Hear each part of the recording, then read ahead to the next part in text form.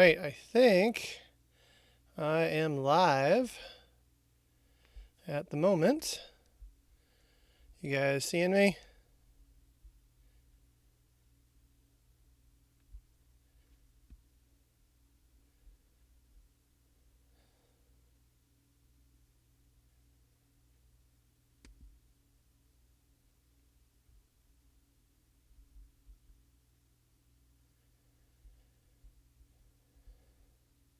All right, sound is good. That's what I'm seeing from folks.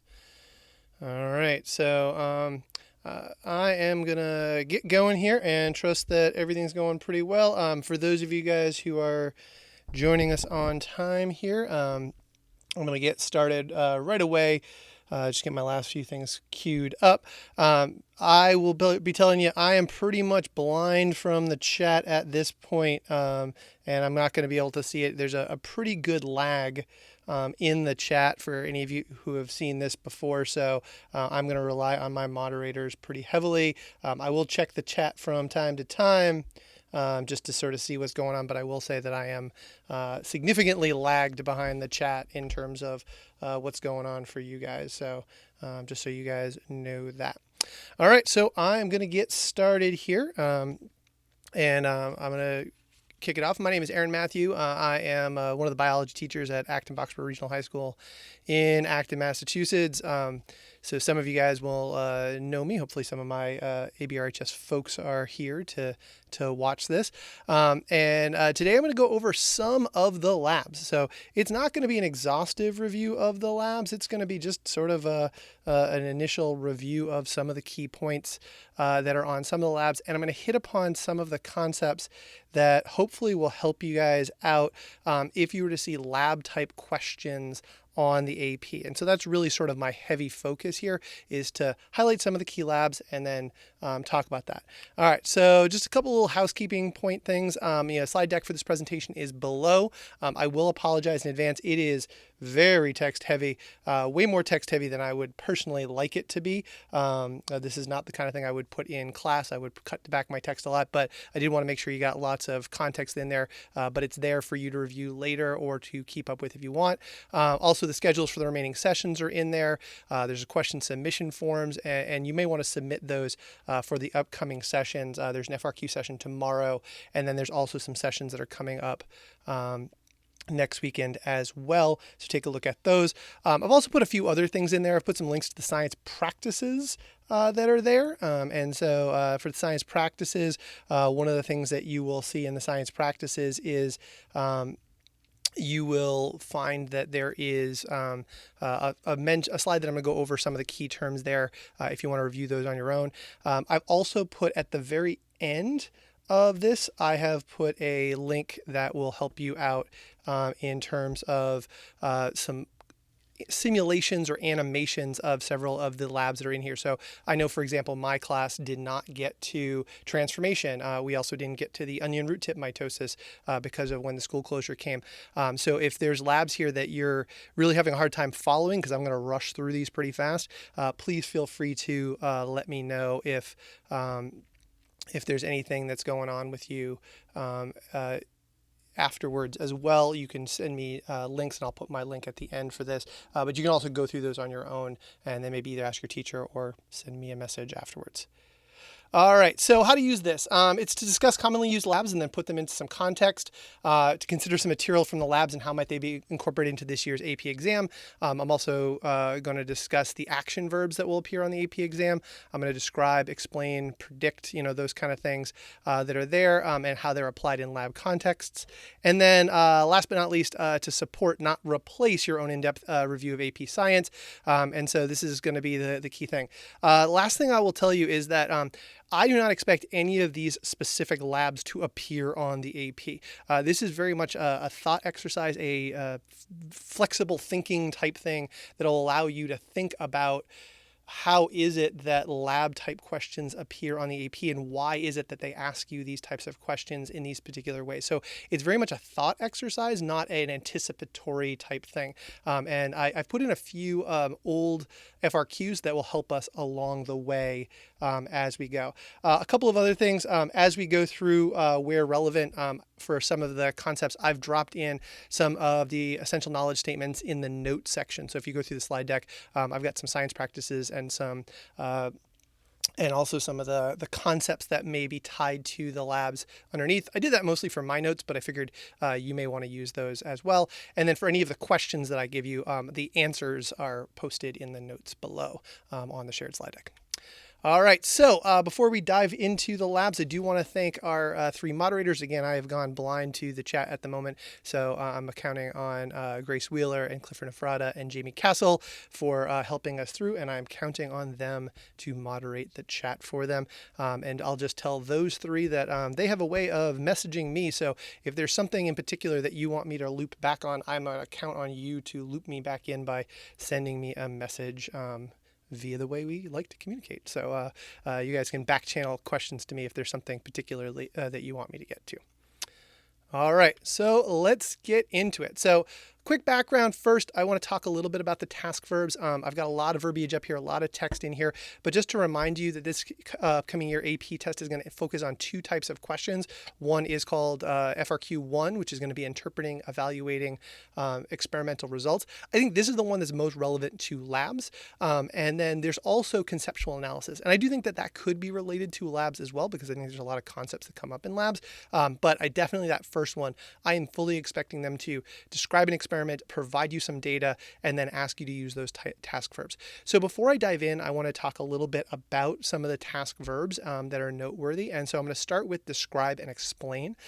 So when you see describe, you're really looking at talking about some relevant characteristics of a specific topic. And so what that means is we're looking at a trend. So they might say, describe the trend in the data, or describe what happens when X is added into an experiment. And you're literally just, giving a directionality. You're saying, oh, it increased. Oh, it decreased. Oh, that didn't have any effect. And you're just saying what happens there.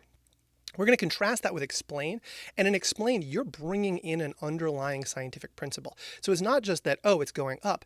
It's going up because, water's flowing in, or there is an underlying scientific concept. So they talk about a relationship, process, pattern, position, situation, outcomes occur using evidence and reasoning to support the claim. And what that means is they're saying to bring in bio. Talk about a biological concept that pulls that together. So not just what is happening, but a little bit of the why that's happening. They also could say, how is it happening? So how does the mechanism cause the change? That is the other piece that's in there. So if you see the word explain, you're being asked to bring in some biology, not just say this is what's happening. And so that's an important concept in points. And so I know that my students sometimes struggle on that early on in the year because they're like, well, what's the difference between these two?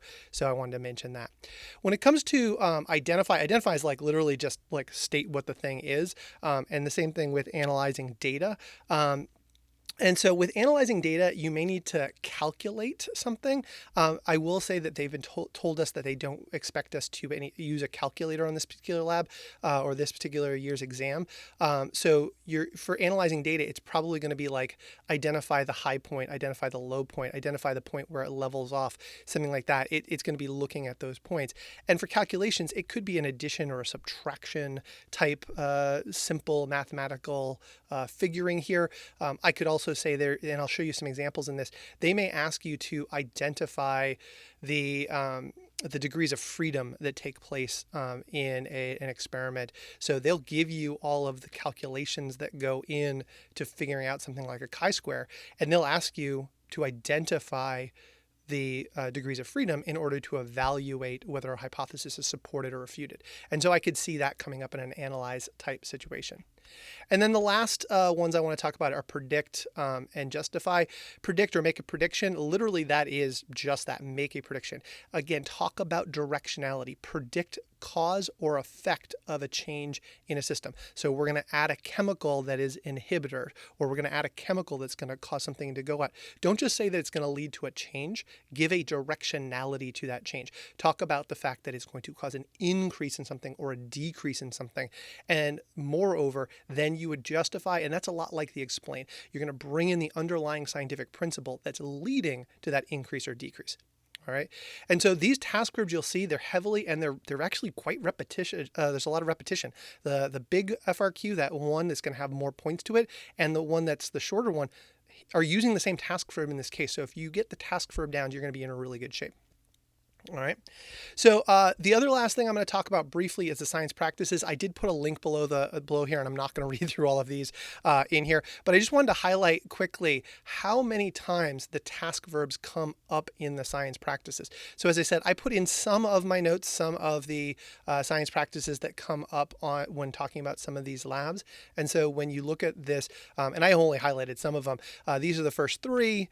And then these are the next 6. And again, you'll see this. And we've been told that you're not going to need to construct a graph. And so I didn't highlight that one. But that doesn't necessarily mean that there's not going to be any graphs in there.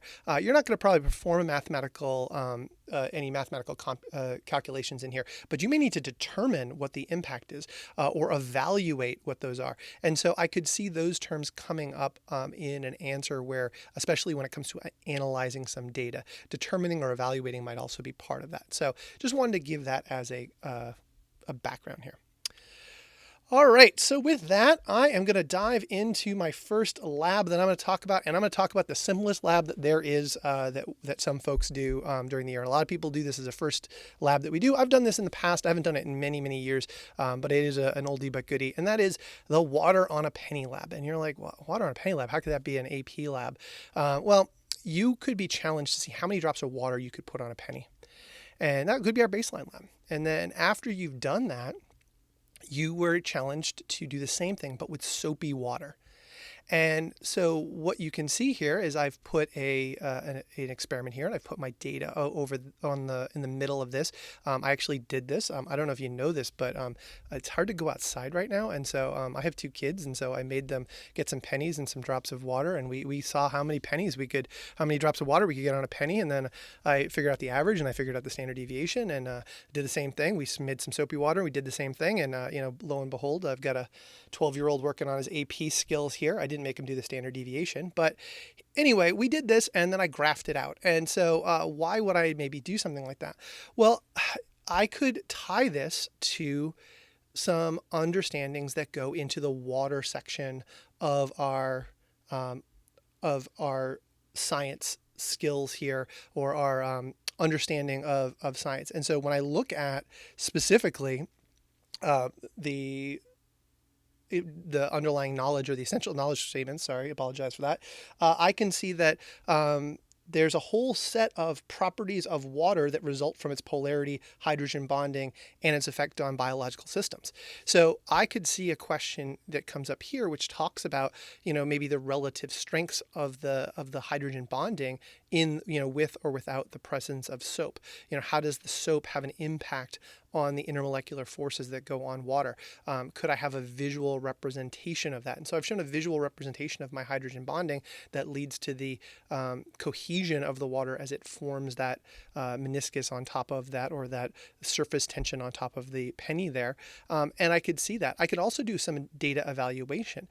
You can see in my error bars, and I did pretty sloppy error bars. I used standard deviation for my error bars, but even standard deviation, the error bars don't overlap. Now, typically you're going to see error bars that are either in 95% confidence interval or 2 standard errors in the mean. But if you see 2 error bars, like on this particular graph, and they do not overlap, you can then evaluate that, oh wait, those 2 do not overlap. There's a statistically significant difference between these 2 things. So again, I've talked about some ideas of maybe how I could describe the difference here. I talked about how I could get more drops of water on the penny without soap than with. I could explain it by tying it to the underlying concepts that have to do with hydrogen bonding and polarity. And I would talk about how that soap disrupts those intermolecular forces.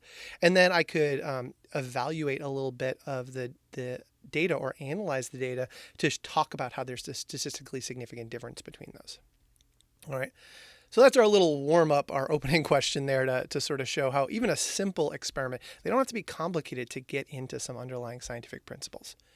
All right, so we're going to build off this and to go into probably, I think, the second simplest lab that you can do in AP Biology, and that is our surface area to volume ratio lab with the phenyl agar cubes. And so your phenylalanine cubes, phenolphthalein, your phenolphthalein cubes are going to probably be a little bit different than mine. And what I see here in my phenolphthalein cubes is that I have made phenolphthalein agar here where I mix phenolphthalein in, and phenolphthalein is a chemical indicator that's pink in the presence of a base. So what I did is when I mixed up my sort of gelatin agar here, I made it a little bit basic. Then I cut the cubes out into 3 different sizes. And then what I did is I dropped them into vinegar. And what happens in this instance is that the vinegar diffuses in, and I can see the relative rate of diffusion. And so what I could get here, and again, you're not going to need to calculate surface area or volume in here, but you might need to evaluate the surface area to volume ratio. I would likely expect this to be given to you. And so what's the underlying essential knowledge that goes in here? This is the idea of surface area to volume ratio affects the ability of biological systems to obtain necessary resources, to eliminate wastes, to acquire and dissipate thermal energies, and otherwise exchange chemicals and energy with its environment. So the idea is that smaller cube is going to have more surface area to its volume, and therefore it's going to have an easier time getting materials in and waste products out. And so that's an underlying scientific principle. There's more principles in here that talk about, again, how as cells get larger, they need to accommodate for their relative surface area to volume. So as cells get larger in volume, oftentimes division is sparked because they have to divide in order to maintain a high enough surface area to volume ratio in order to survive. So this is, again, another simple experiment to sort of show an underlying principle. Again, you won't need to calculate out this particular year, these particular calculations, but it should give you a sense of that. All right, so now what I'm going to do is I'm going to get into water potential and the potato. And I think with water potential and the potato, you're going to actually have a larger issue that kind of goes on here. With water potential and the potato, you're going to end up seeing a lot more of a complicated concepts that will come into this particular experiment. So this is your classic lab, and this is actually the lab I was running with my students as we went right into the closure. So this is literally like the last thing that I could do before we went. And so what I did is I had my students take different sucrose concentrations. I do 0, 0.2, 0.4, 0.8, 0.6 and 0.8 molar solutions. And they took their potato cores, they masked them. They then drop them in for 24 hours. We take them out, we dry them, and we remask them again. And then we determine the solute concentration of it this way. So this will allow us to get into sort of our water potential calculations. And again, I do not expect you to be calculating negative ICRT this particular year. But what I might expect you to have to do is you could do a water potential calculation. That's literally just addition and subtraction. This is not going to ask you to do anything, substantially complicated in this particular instance. You're literally just doing a very simple simple addition subtraction in order to do that. So let's dive into this experiment a little bit more and talk about what's going on. And again, the idea of movement of water is going to be our underlying scientific principle that we're going to go in here. So this is literally the data from my classes this particular year for these particular solutions. And what you'll end up seeing is that if I look up here on my average mass changes, I see that when I put the potatoes in water, we have a positive gain in mass. When I put it in a 0.2 molar solution, I also gain mass. Then I lose mass at 0.4 and higher. And so what you see is you see this slope here. And so if I was to identify the point where I was isotonic, or the potato is isotonic, you might notice that right here, that's that intercept. I might have to identify that point. It's not really a calculation, but you're seeing it on a graph, and I might need to identify a point on a graph where that might come in. In terms of other scientific principles, what I might see is that over here, there is more water outside the cell than inside the cell. And so I might need to use the term hypotonic to describe the solution. The solution in this instance is hypotonic to the cell. And so I'm bringing in that principle. So what's going on there? Describe what's going on. Water is rushing in and it's causing an increase in mass.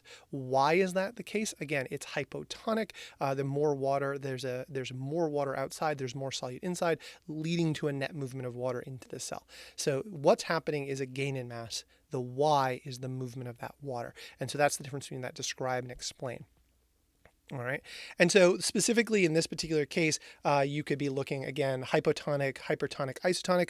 I will tell you from being at the read last year, they did not mandate that we specifically see the words hypo, hyper, and isotonic in a question that had to do this, but you just have to describe the movement of water. So if you didn't describe the movement of water accurately, you could have used the phrase, but you could have used the phrase correctly, or you could have described what happened. So if you get into that moment of panic and you're like, hypertonic, I mean, you can use notes this year. You shouldn't have a problem with that. But describing it, if you feel like you can adequately describe the concept, that is usually a way to get to the points on those questions as well. All right, and then there might also be some calculations that go in here. So in this particular instance, I went and pulled an old released FRQ question, and this old released FRQ question that I see here, what goes on here is that you see that students conducted an experiment to determine the molar concentration of solutes in chicken eggs. The eggs were then soaked in vinegar, removed the shells, and the eggs were then placed in sucrose solution of different concentrations. And then the data is then shown below. And then just like in the experiment that I showed you before, you see the mass is increasing at that 0, and they have different concentrations here. They have a 0.5, a 1, and a 2. And again, you see losses of mass here. Now, I've put a few asterisks in my my answers here because in the first thing they say using the most appropriate data construct a labeled graph. You will not need to graph this year, so I'm not going to expect you to have to do that.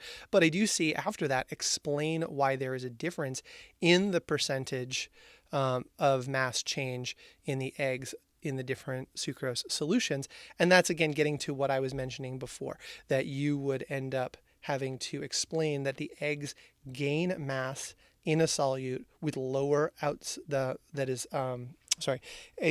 gain mass if the solute concentration is lower outside the egg, hypotonic, causing water to move into the cell, and opposite, eggs will lose mass if the solute concentration is higher outside the eggs, causing the water to move out of the egg, and that the water moves from low solute, high water concentration to high solute, low water concentration. So that's actually what they asked for in that explain. All right, hopefully that makes some sense, and I assume that my moderators are nailing down all my questions in the chat here.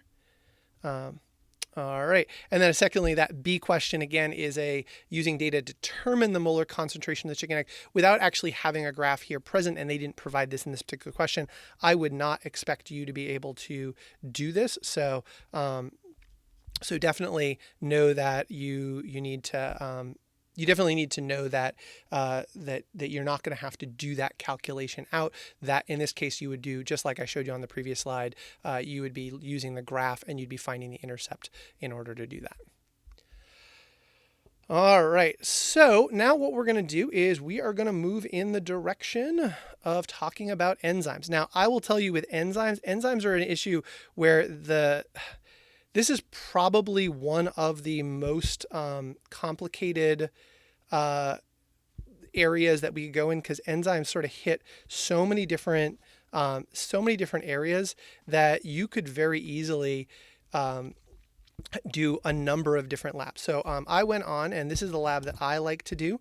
And so because this is the lab that I like to do, I went on and I stole some images from our good friend Lee Ferguson's Twitter, where she was showing how to make these little spheres. I'm going to describe this experiment. If you don't do this one, hopefully you'll be able to understand the underlying principles behind it. But I use what we call the yeast spheres or the yeast balls lab for this particular experiment. And so in this activity, students are studying the enzyme catalase.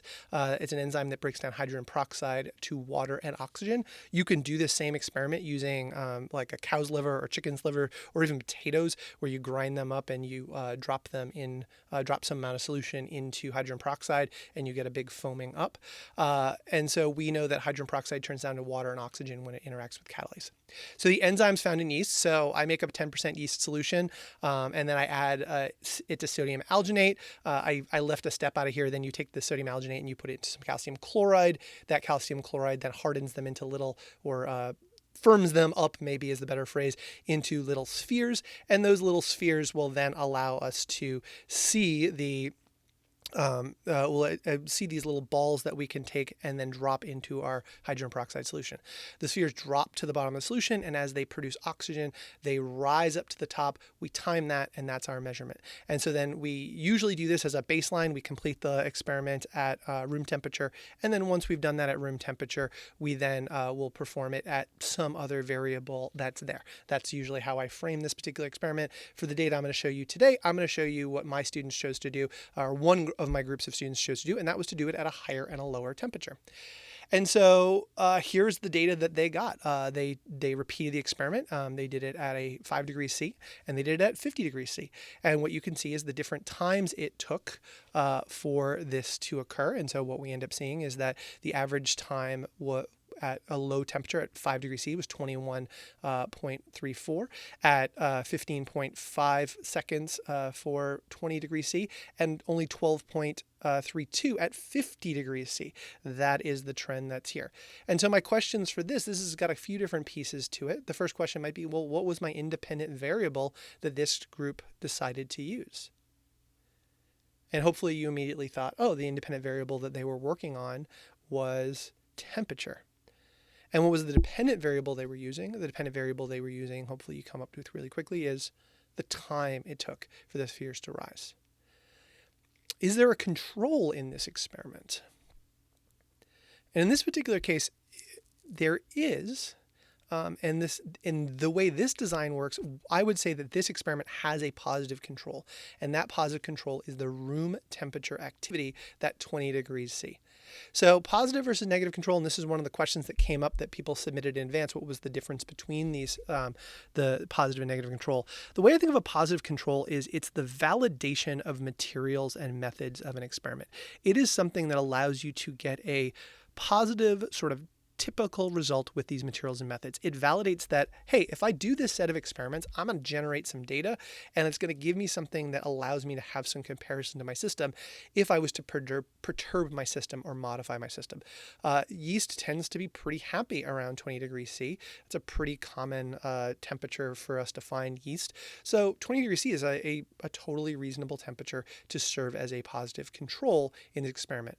What might be a negative control would be if I was to make spheres, but instead of using a yeast solution, I was to make it with something inert in those spheres, with those sodium alginate spheres, and I would drop those in and drop those in to see how something that lacks the enzyme would behave. Another possibility is I could boil my enzyme. And so if I boiled my yeast and killed all of my yeast, and so I denatured all of my enzymes and then brought them back down to room temperature, made my spheres, that might also serve as a negative control as well. So a negative control is one that shows me the noise that would be produced by my materials and methods, meaning it shows whether or not just going through the protocol itself produces any data, and I'm usually expecting my negative control to produce no data or very, very little data.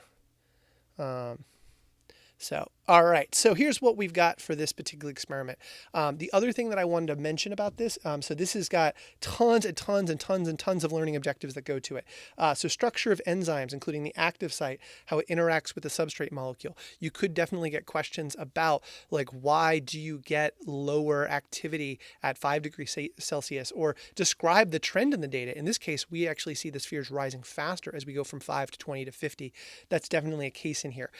You might get a predict what would happen if we were to raise the temperature up to 100 degrees Celsius in this case. And my hope would be if we were to go up there, you'd go, oh wait, at that temperature we would denature denature the enzymes, and we would see a loss of activity that would come in that situation. And so we're taking a look at this particular situation, and hopefully you're going to see a pattern that emerges, but you'd also be able to predict. So if I was to lower the temperature below, you'd expect slower times. If I was going to go above, you'd expect it to rise up to a point, but then maybe denature on the top end. So other things that you would talk about is enzymes mediated chemical reactions occur. The shape and change of the substrate must be compatible with the active site. So again, talking about what part of the enzyme might interact, you might get into the active site. Again, there's a whole bunch of other stuff that goes on. And then enzymes literally influence all aspects of biology. So there's going to be a lot of other areas that we can come up with where you could see enzyme activity here. And I've put a laundry list of learning objectives that are enzyme specific in my slide deck notes. All right, so let's push on to an example of an FRQ that I think really is going to nail down what I meant by like the types of questions that you would get in here. So this is a different enzyme. This is alpha amylase, another one near and dear to our hearts. Human salivary enzymes has alpha amylase. If you have 10 mils of concentrated starch solution and 1 mil of alpha amylase solution, and you were to place them in a test tube, the test tube is then inverted several times. Make sure you mix the solution. You put it at 25 degrees C, and then an hour later, the amount of maltose present is measured every 10 minutes for an hour. So there's like a little startup time associated with this to let it get going, and then they measure the amount of maltose, and you can see this pattern. And they say, explain why a change in the reaction rate was observed after 30 minutes. And so you can see in this experiment, it goes up, it goes up, it goes up. And then at 40, 50, 60, you see it leveling off. And so in this case, the reaction rate slows is the thing that you would identify. And then the question is, well, why would it there? And the idea is really you start to run out of substrate. So the idea would be that you're only going to proceed and have the enzyme act until you run out of substrate, and the enzyme's going to churn through. And once there's an inadequate substrate, you're not going to be able to generate much product. And so there's much less substrate available for those last few time points, and therefore there's much less product that's going to be added at that point. And so that would be there. And then identify 2 environmental factors that can change the rate of an enzyme-mediated reaction, and discuss how each of those 2 factors would then affect the reaction rate. There's a ton of things that you could have put in here. Answers that were acceptable would have been temperature, changing pH, changing salinity, stirring or mixing, meaning adding energy to it. You could change the pressure amount. You could change possibly oxygen levels or light levels. Those ones are probably not as appropriate for this particular instance, but definitely temperature, pH, salinity, stirring, mixing. Also, you could have added an inhibitor. There are enzyme inhibitors that would break up or modify these types of things. So you could add those. And then how to each of those factors, you would talk about how the factors affect the shape of the enzyme, and therefore the shape of the active site and the interaction between those two. If you were adding energy in by stirring or changing temperature, you could increase or decrease the number of molecular interactions up to a point, at which point, if again you get the temperature too high, you could denature the enzyme. All right, so hopefully that gives you guys some general ideas about enzymes. And again, there are tons of enzyme labs that are out there. I know that the official AP one's a little different than the one that I just went over, and I've done a few different varieties of the catalase lab as well. All right, so I'm going to push on now to, I think, what is often referred to by many biology teachers as their favorite lab. In fact, this is a lab that I now know my non-AP teachers at my school are starting to steal this lab because it's so popular in my school, and that is the floating disk photosynthesis lab. And so if you've never done the floating disk photosynthesis lab, the way this works is that leaf disks are normally float. So if you were to take a straw or a hole punch and you were going to punch holes into a leaf, and then you were to put them into a liquid, normally they would float. But if you put them in a syringe, as we can see my example of the syringe over here, and you were to pull and suction out and create a vacuum, you can actually suck the air out of the spongy mesophyll that's found inside that leaf. That will cause water to rush into those spaces. The leaf disks then fall. So when sodium bicarbonate is added to the water, you can do this, by the way, with water or with baking soda solution or sodium bicarbonate solution. And when you do that, if you add the bicarbonate solution, you're adding a carbon source for photosynthesis for the leaves to work. Okay, and then as the photosynthesis proceeds, the oxygen levels are then made inside that leaf. They're going to change the buoyancy, and it's going to cause those discs to rise. So that's our experimental design here. And so again, I went into my drive and I grabbed an example of this, and I pulled this out, and this is one of my class's data from this year. And so these are averages based off of 6 groups. They were used to generate this data, and you can see the averages and what we see as the discs go up. And again, hopefully you're in the mindset here of thinking about labs and what's the independent variable for this experiment. So I'm going to give you a minute to think about that. Also, what's the dependent variable?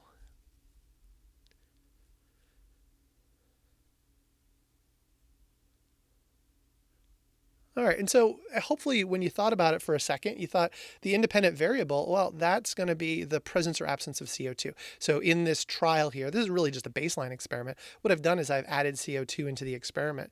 And so when you see that, what you end up once you get there is the substrate, the CO2 that comes in is going to be food for the photosynthesis in this case. And so that's my independent variable. And my dependent variable is the number of discs that rise each minute over time. All right. And then why are there trials used with just water? We see that the water, like nothing rises. And hopefully you immediately go to say, oh, that's my negative control. That's showing that, yeah, I was able to make these discs sink by doing the suction with the syringe, and that caused them to drop to the bottom. But when there's no carbon source, we don't see that photosynthesis taking place, and we don't see them rising. I will tell you, having done this lab literally dozens and dozens and dozens of times, every once in a while, I would say 1 out of 20 to 30 group, I will have one weird disc float up in a water group. And does that mean that that my students totally messed them up? And that no, it might actually happen that there might be enough stored carbon sources in those leaves to float to the top. But in general, we don't expect that to. And so that one rare occasional floating one is noise. And if we do enough trials, we will see that, yeah, in reality, we tend not to see much in the way of floating discs. All right. So I brought another example of an FRQ, and this is actually an FRQ of the old school. Oh, that's an unintentional line through there. I'll have to fix that and post here. But we have another, this is the old school lab that what we have here. This was the lab that we would have run in AP Biology back in 2010, 2011, before we had the revision. But this is a controlled experiment that was conducted to analyze the effect of darkness and boiling on photosynthetic rate of incubated chloroplast suspensions. So the dye reduction technique is used. And so what this is that each chloroplast suspension, so basically make a homogenate of a spinach leaf, and you extract the chloroplast out, and you add this chemical called DPIP, an electron acceptor that changes from blue to clear when it's reduced. Each sample was then placed individually in a spectrophotometer, and the percent transmitted was recorded. And there are 3 samples in here. And so the 3 samples that are used, sample 1 is a chloro suspension with DPIP.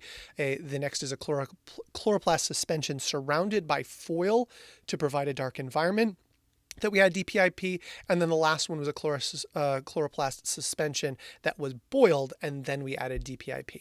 And then what we see here is that it's identify and explain the control or controls for this experiment. And so in this particular instance, what we're doing is our independent variable is the treatments that were acted to the chloroplast suspension, and the dependent variable is the amount of light transmittance that occurs when we either put the chloroplast in the dark or if we were to boil the chloroplasts. That would mean that the normal condition, or the fact that the experiment is being tested to see that it works, provides us a positive control, and that is our sample 1. So our in the light unboiled chloroplast, that's showing us that we're seeing that's sort of our normal behavior that we're seeing. And then we're seeing the impact of boiling and blocking out the light, or blocking out the light and boiling, if that's the correct order for sample 2 and sample 3 on this experiment. All right. So again, this is an old school lab, but you can sort of see that sample 1 is that control, and then sort of why that's the control. In sample 1, the light is has the like a temperature, functional structure, the basis for comparison to develop it, and it also provides us a reliability for that data. Okay. All right, so hopefully that makes a little sense. I would say that if this was the FRQ on there, you need to have a whole lot more background. I just pulled sort of parts of an old FRQ to give you some of the background. I think you would probably have an image of sort of how the spectrophotometer works. You'd probably have a little bit more on DP/IP in there, and then you probably have a graph as well if you're going to see something along those lines. All right.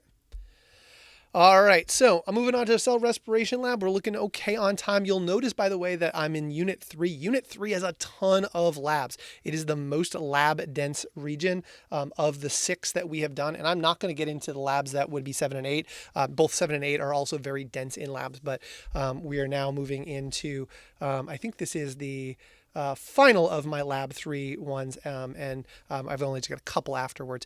So for lab 3, what we've got here, or unit 3 lab cell respiration, again, this is an old school lab. I know that a lot of groups do micro respirometers, but I found an old school one that I like. So we set up 6 respirometers here, and they're built. You can sort of see the respirometers in the water bath. They're sort of a vial with a stopper on top, and then a pipette that sticks up on the top above that. On the bottom of that, what you do is you get an absorbent cotton. You put some potassium hydroxide on the very bottom.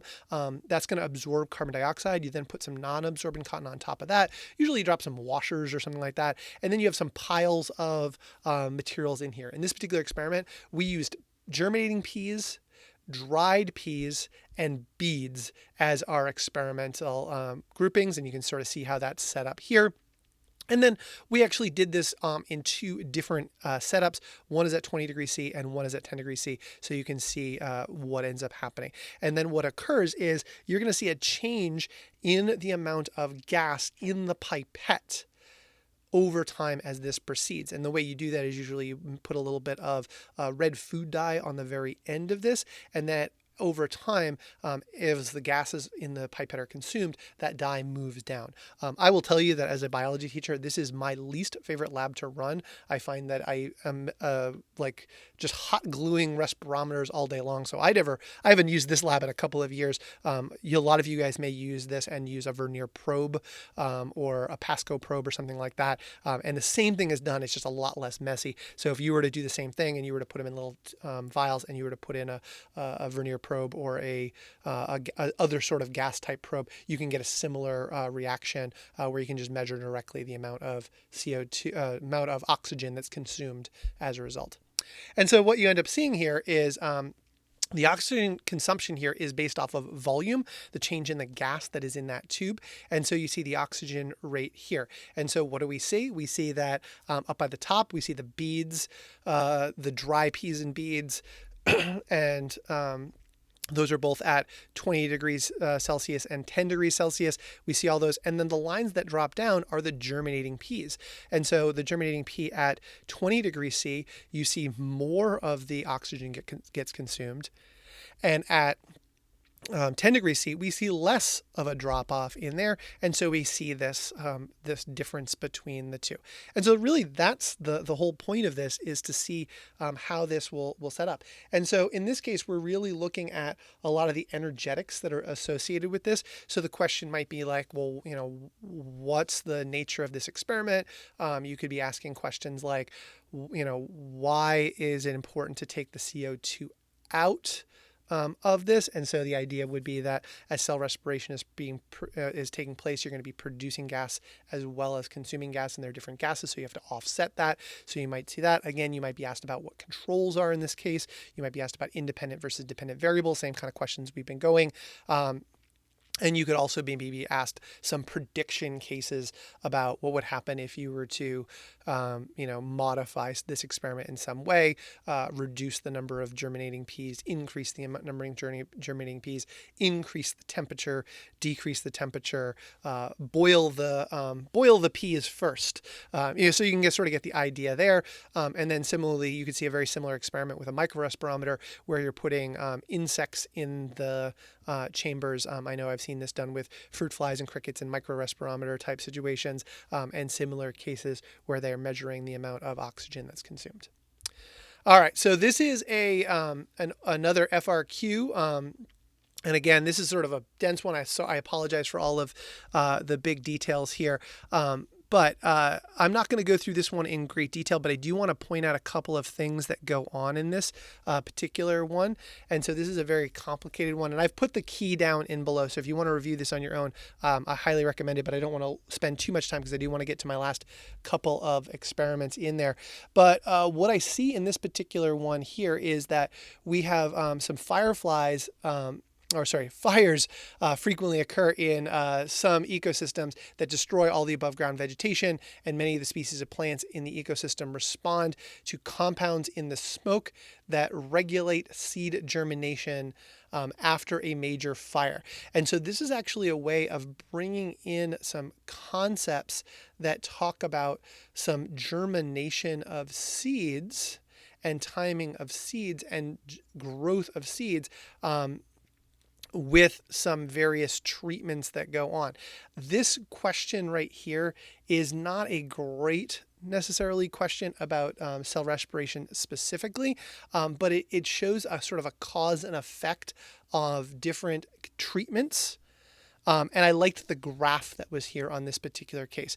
And so what it's showing you on this case is it's showing you a control, it's showing you a couple of different conditions, and it's showing you some trends that have to do with seed germination. And that's actually what I saw the overlap was for this particular experiment. And I thought this was a really nice way of demonstrating the fact that when you see data along this line here, that's a line graph, it means that it's continuous data. And so we're looking along a continuous stream. And what you can see here is that because we see non-overlapping error bars again here, we will note that non-overlapping error bars means that we have statistically significant differences between these results that are here. And so we may not have those kind of differences back here, but at the end, we do see statistically significant differences. So I like this graph, and that's the main reason I pulled it in. I do think that this one, particularly with seed germination, this may be more of an ecological question that's beyond the scope of this year's AP with ecology, but it's hard for me not to think in the terms of ecology because ecology and evolution run through everything. But I could see a situation where there's something like this that then asks you about, cell respiration levels of the different types of organisms before and after treatment. You might see a question like that. All right, so let's get into Unit 4. And Unit 4 and 5 are tough. I picked only one lab in here for Unit 4. There definitely are other labs as well. There's meiosis labs as well, and there's a bunch of other details. Meiosis and mitosis are grouped together as a lab, but mitosis is Unit 4 and meiosis is Unit 5. I picked a mitosis lab that I think is fairly similar. I know also a lot of people do this particular area of argumentation. In argumentation-driven inquiry, there's a similar set of questions that go in here. And so we see in this case onion root tips. And so common onion, allium, cepa, I can't say that one, bulb is an easy organism to use to test environmental effects on cell growth. Onion bulbs will grow roots when placed in water in the dark. Water is easily treated with variables that can have an impact on root growth. And then recent experiments have shown that two chemicals, lectin and caffeine, have an effect on cell division and mitosis of onion roots. And so in order to test these, you see the simple data that's down here. And so what we have here is the number of cells that were counted under a microscope. And so what will likely happen in this experiment is they took the tips, they did the onion root squash, which I know some groups have done that. If you crush the onion root tip underneath it and you treat it with a chemical and you treat it with a dye, you can then count, you can see the the chromosomes in the cells, and then you can count sort of what's going on. And so you can usually identify interphases not having any visible chromosomes, and then you can view them. You do not need to identify the actual phases of mitosis in an experiment. So you're not going to be given a picture and say like which phase of mitosis is that. But you should know that something in interphase is undergoing normal cell activities, and something going through prophase, metaphase, anaphase, telophase, cytokinesis is something that is actively dividing. And so what you can see here is you can see a control and then you can see lectin, and then you can see 3 different caffeine treatments. So, was water an example of a positive or negative control in this particular example? That would be sort of my initial question. And to me, this is an example of a positive control. This is like, well, can I use these particular chemical treatments to identify something that's growing normally under normal conditions, generate sort of normal data? I was able to find cells that were dividing in different phases. And so I can see that in this case. And so it gives me a basis of comparison for the rest of my data. What trend was seen as caffeine concentration was increased? So this could be a describe. This could also be an identify question. And so what you can see is that as the caffeine concentration increases, we see less and less cell division. How would reducing lectin concentration impact the rate of division? Well, we see that the lectin concentration that's given is 5 millimolar. If they were to cut that maybe in half, you would hypothesize that perhaps there would be less of a rate of division, because lectin seems to be promoting cell division. More cells are dividing with that lectin than were in the control. So again, this is a good example of how you can see a data set and you can do some comparisons based off of that. All right, so pushing forward. And again, by the way, I put, again, essential knowledges underneath. I have 3 separate essential knowledges that I noted that talk about cell division that I had dropped in the notes below. All right, so we're going to move on to fast plant genetics and chi-square. This is again a total ripoff of Lee Ferguson. I've apparently steal a lot of labs from Lee over the years. So this is actually a picture I know I took right from Lee. Fast plant genetics and chi-square, and I know that chi-square is something that shows up in a few different places in there. You're not going to need to calculate chi-square, but I think I'm going to show you an example in this particular one that might represent how chi-square could show up on this year's AP test, where you're not going to have to do the math, but you have to understand the math behind it. So an AP biology class is examining the inheritance pattern of height and plant color in Wisconsin fast plants. True breeding tall purple plants were crossed with true breeding dwarf green plants to produce an F1 that's 100% tall and purple. And then 2 of those tall purple F1s were crossed to produce the F2 generation. And we can actually see that example over here on the right on some of this Texas purchased Bounty paper towels. And so I can see a tall purple here. I can see a short purple. I can see a tall green. I can see a dwarf green back here. And I could do that. And this is done in a whole giant class. So we got lots and lots of data throughout here. And so what I end up looking at here is I've given you a ton of data, so I'm going to walk you through the tables. On the top left, what we see is the traits, and I see my different groups, and I see my totals over on the end. So this is literally actually data that I specifically pulled from one of my classes. In fact, this is from one of my classes earlier this year. So this is actual class data that I generated. And so you can see that I got 62 tall purples. I got 29 short purples. I got 23 tall greens. I got 11 short greens. And so that's what I got. So my question is, well, was that what I expected to get? What does that mean? Well, in this particular case, hopefully you understood that this was your classic dihybrid cross. And so I was expecting to get a 9:3 to 3:1 ratio based off of the experiment. Remember, true breeding, crossed with true breeding, got a all one type in that F1, cross those F1s, I got the F2, and I see that data right here.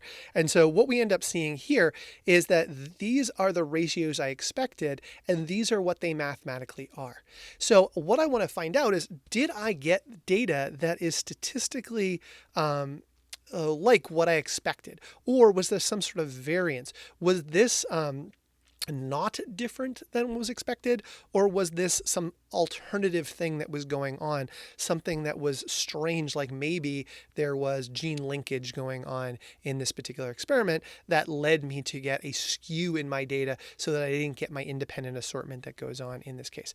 And so what I did is I write my observed down here, and again, you wouldn't have to do this math this year, but then I got my expected. And so what I did for my expected is I took my 125 total and I multiplied it by each of my percentages of my expected. And what it gives me is it gives me values for each of these four. So I expected, knowing that I got 125, I expected to get 70.3 and 23.4 and 23.4 and 7.8. Now I know you can't get a fraction of a plant, but those are the way those numbers worked out. I then followed my chi-squared table out, and that's observed minus expected, observed minus expected squared, observed minus expected squared divided by expected, and then I summed, and I got my chi-square value, which is down here. This is my 3.6398. That's my chi-square value that's here. And so a few different pieces that I could ask about this particular question is, well, what is my degrees of freedom? Now, the way I describe degrees of freedom, it's the number of choices I have minus one. And so in this case, or my number of options or possible result categories I could get minus one. And so I had four possible options. I could have purple tall, purple short, green tall, or green short. And so I had four. That means I have 3 degrees of freedom.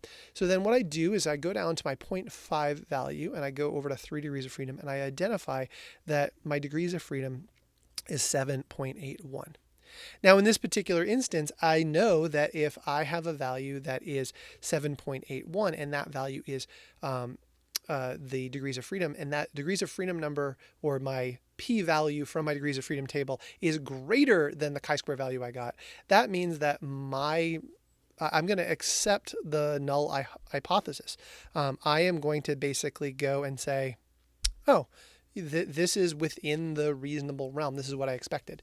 Now, if this value here was really big, if this value was something like 10 or really anything over 7.81, what I would say is that I got a value that was not expected. I got more.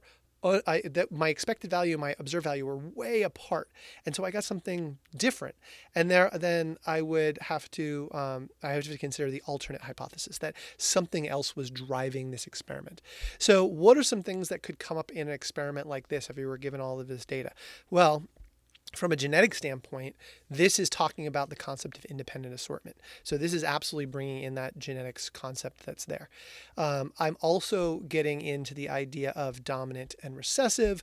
The process of meiosis is what's producing the gametes that are ultimately fusing. So there's a lot of genetics questions that are going in there. From a statistics standpoint, I'm doing some evaluation hypothesis.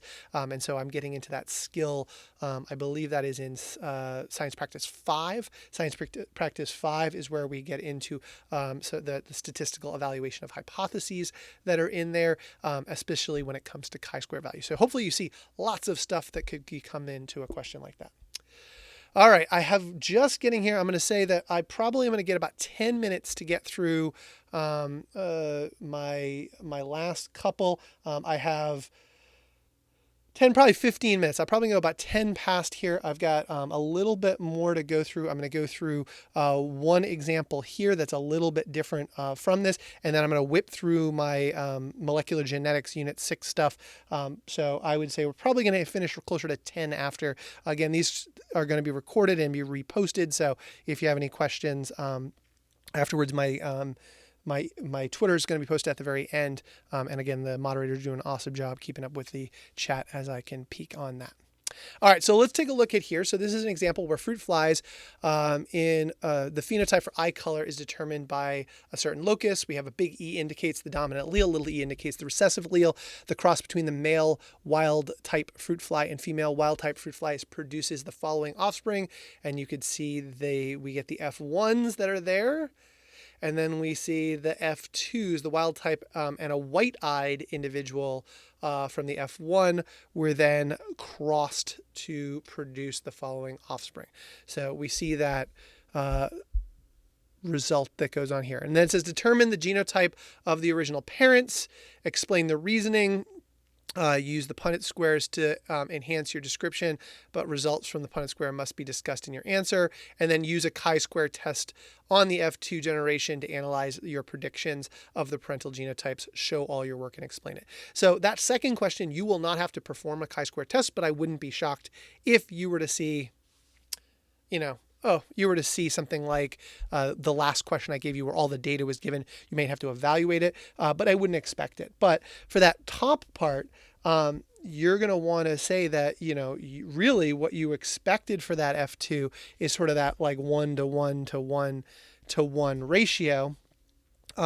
And so your idea here is that you should have been expecting from this cross, you would work out a Punnett square and you would show out your results that way. And so I'm going to blur through this next question, but this is again an example of sort of the type of experiment that was shown that is similar to our fast plant question, but not identical, where they show some crosses there. Again, you probably would need a little bit more background in here, and I don't expect you to necessarily have to do the chi-square calculation out.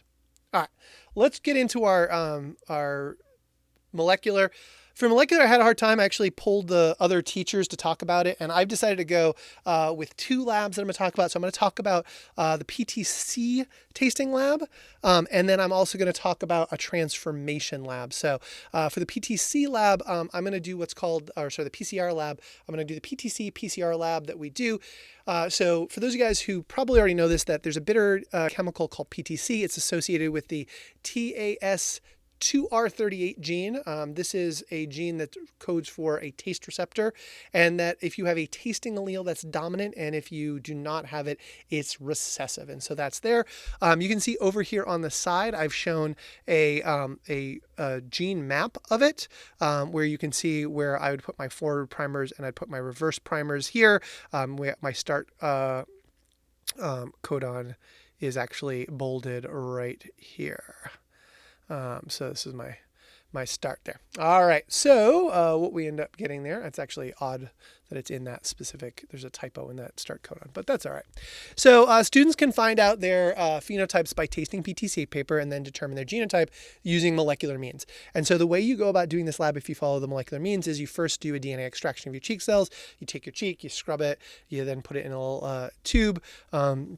Usually it's got a little soap and a little salt in there. There's some more high-tech ways of doing that.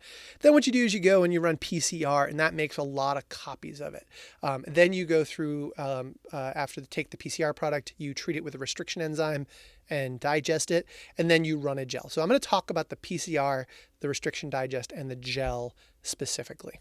So when I talk about PCR, what PCR does is I take that original DNA, and then what I will do is I will put it in a thermocycler or PCR machine.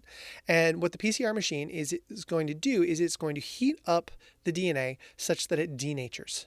And it's going to pull the DNA apart by breaking the hydrogen bonds that hold the strands, the complementary strands together. I will add into the mix that's in there a few things, including a primer. And that primer that is in there, or those primers, are going to be both a forward and a reverse primer. And I showed that in this diagram, that I'm going to have a code that will match up with this one up here. And then I'll have a code that will match up with what's down here in my forward and my reverse primer region, so that those will bind complementary in specific areas.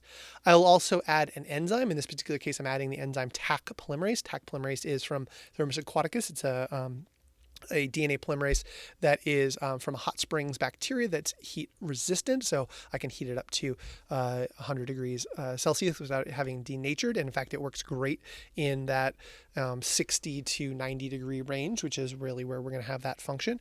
And then what we're going to do is we'll also have some extra nucleotides. And so we heat it up, we denature the DNA, we lower the temperature down. That allows the annealing of the primers to the DNA strand itself.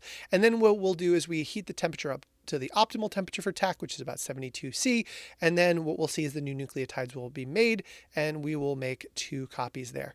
We will then repeat this process, then we'll repeat this process, and then we'll keep repeating the process over and over and over again. So we'll go from what was once 1 to now many, many, many copies of our DNA over time. And so you can sort of see that process repeating over and over again. And so that's how we go from our one copy of DNA from our cheek cells. And really, if you take some cheek cells, you're not going to get just one copy, you get a handful. And from that, you can get literally millions of copies of your DNA. And so that's copying just the specific region of the DNA that we want, which is just that TAS2R38. We're not copying the whole genome. We're using primers that are going to bind just on the regions and areas that we're interested in so that we can make copies of that. So now what we know is that if you move forward, it turns out that the difference between a taster and a non-taster is based off of what's called a SNP. That's a single nucleotide polymorphism. And it turns out that if you are a taster, in the middle of your sequence, you have the sequence that goes GGCC. And that is palindromic, whether you're going 5' to 3' in this direction, you'll see GGCC. And then on the other side, it also goes palindromic GGCC. So it's a palindrome, which means it's the same forwards and backwards. It's always going 5' to 3', GGCC. And then the complement to that is 5' to 3', GGCC. So this is a palindromic restriction site that we have. And it turns out that the restriction enzyme, HAE3, is going to be able to cut at that specific location between the G's and the C's in that palindrome.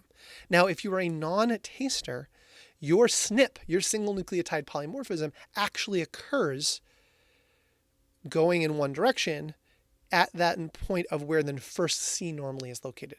So in one direction, you now go G, G, G, C, and in the other direction, you go G, C, C, C. You no longer have that 4-base palindrome that's there. Now you don't have a restriction site. So now when you add in your restriction enzyme to somebody who's a non-taster, you do not make a cut. And so what we do is we take the restriction enzyme and we take your amplified PCR product and we mix them together. Now, if you are somebody who is a taster, or if you have a tasting gene, you will get a cut and you're going to get a 44 base segment and a 176 base segment. And if you are a non-taster, you're going to not get a cut, and so you're going to get a bigger segment that's there. If you're a heterozygote, you're going to get all three of those. If one of your copies is like this and one of your copies is like this, you're going to get the copy that is the tasting gene that's going to be cut into 2 segments, and your non-tasting gene is there. If you're homozygous taster, you're going to get 2 bands. And if you're homozygous non-taster, you're going to get 1 band. And so what we can then do is we take that, we throw it on gel, and what we see here. And that's actually what we see. We see if you're a homozygous dominant taster, we have this band and we have this band. This down here, by the way, is a primer dimer. It's not a band. If I'm a homozygous recessive non-taster, I get the 1 band here. And if I'm a heterozygous taster, I get the band that's equal to where the homozygous is. And then I get the I get the non-tasting band here, and I get the 2 taster bands down here. And you'll see that I have a DNA ladder that runs along the side here. And then what I have is a bunch of different students that are over here that help me sort of see this pattern. Now, it turns out that you can see that the gels are really blurry. And so, you can sort of see the problem. And so this is a good instance where you have to use both your genotype and your phenotype to do it. If you were going to get a question like this on the AP, you're going to get gels that look either much like that, or actually you're going to get cartoons that just show the bands. You're not going to actually get gel band patterns that look like this itself. But it turns out that you can end up interpreting these bands that are here. This actually is you'll notice that see where this band is on the ladder, and this band, you can actually see the bands that are down here. It turns out that I can't tell for student 3 or student 7, they probably don't know how to do their pipetting, so they probably lost their stuff. But you can sort of see where we have the 3 bands here versus the 2 bands here versus the 1 band up here. We have a heterozygote, we have a homozygous taster, we have a homozygous non-taster. All right, so that's interpreting gels. And the last lab I'm going to hit here is I'm going to hit the PGLO. I'm going to look at my bacterial transformation. And what I see for my bacterial transformation is the common Piglo lab, and I love this lab because it's got a lot of stuff in it.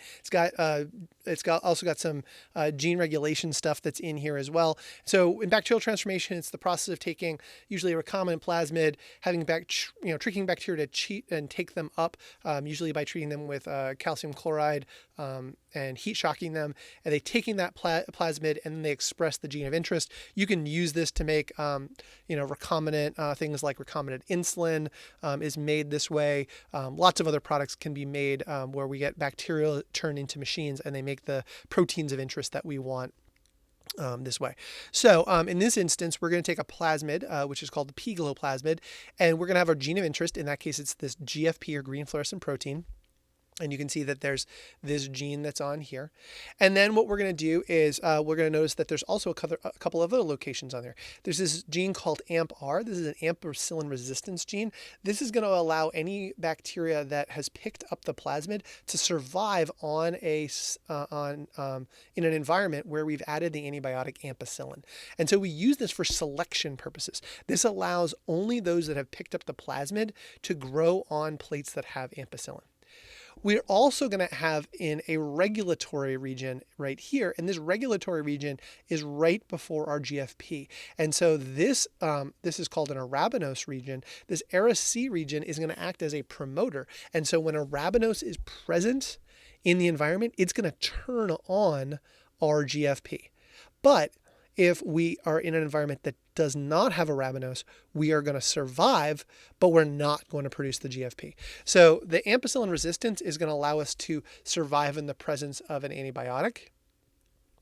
An arabinose gene is going to work as our regulator to turn on our gene of interest. And our gene of interest in this case is just green fluorescent protein. It's not super functional. It's just a reporter. It's just showing us that this works. In reality, if you were actually going to do this in a synthetic biology lab or some lab where you want to manufacture something, you'd probably have GFP on there as a reporter to say, hey, these are the cells that did this successfully. And then you'd also have another gene of interest like an insulin or something like that would be there. And so in this experiment, we've got some really nice setups here. We've got 4 different Petri dishes that are here. One that is going to have it so that we've added our DNA for our Piglo with our bacteria here. And in this vial, we're going to take our bacteria, but we're not going to treat it with Piglo. But we're going to treat both of these with the exact same chemicals. We're going to heat shock them both, and we're going to pipette the same volumes of everything. So you can obviously, hopefully notice that these serve as controls. Okay. And then what we're going to do is we're going to take it and we're going to put them on these different plates. And some of these plates are going to have ampicillin on them. And you'll see that there's ampicillin on 3 of the plates. And one of the plates is going to have arabinose. And this is LB, and LB just stands for Luria broth. And it's just, Luria broth is a growth medium that E. coli grow really well on. It's actually a non-selective medium that any bacteria that can get cultured, or most bacteria that can get cultured, are pretty happy growing on LB. And we know particularly E. coli is very good, and so we'll see that. And so when we do this, I'm going to show you what this experiment looks like. And again, thanks to our moderator, Jamie Castle, for sending these images to me from her lab, because this is the last lab she did right before her shutdown. And so she sent me some of her pictures of plates because, as I said, I didn't do this year that's in here. And so what you can see is that in this first one, you see that some bacteria were transformed. We put the plasmid in, and so they grow because they can grow on this ampicillin because I got the plasmid on there. And what we see is when we look at this, we got some growing, but they're not glowing. We put them under black light and they don't glow. And that's because without arabinose, we don't turn that gene on. We don't see that gene regulation turn that gene on. And in this one, we actually see that, yeah, we get the glowing bacteria, really pretty glowing bacteria here. This must be from the Biorad kit because you get such beautiful growth that's here.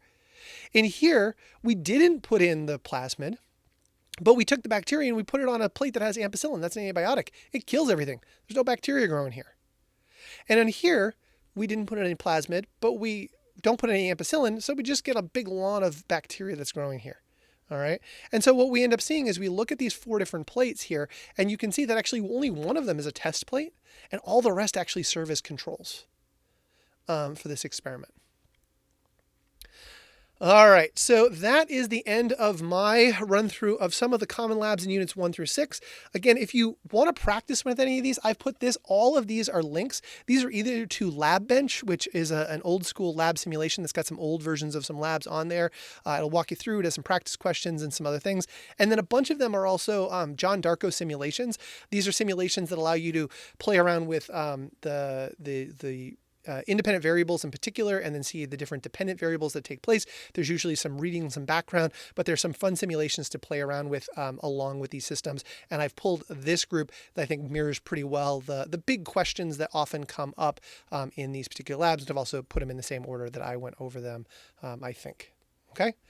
So lastly, big thanks to our moderators. I thank you so much for watching the chat. I could barely keep up. I could peek up at it, and I was always 30 seconds behind what I was talking about. So thank you so much for your talk, for paying attention to my talk today. And thank you so much to the moderators for helping out. And if you want to contact me, I'm on Twitter at Mr. Matthew Tweets. If you have any follow-up questions, but obviously check with your teachers. They're smart. They know stuff. So thanks all for joining me. And I appreciate it. And this will be posted up as a recording.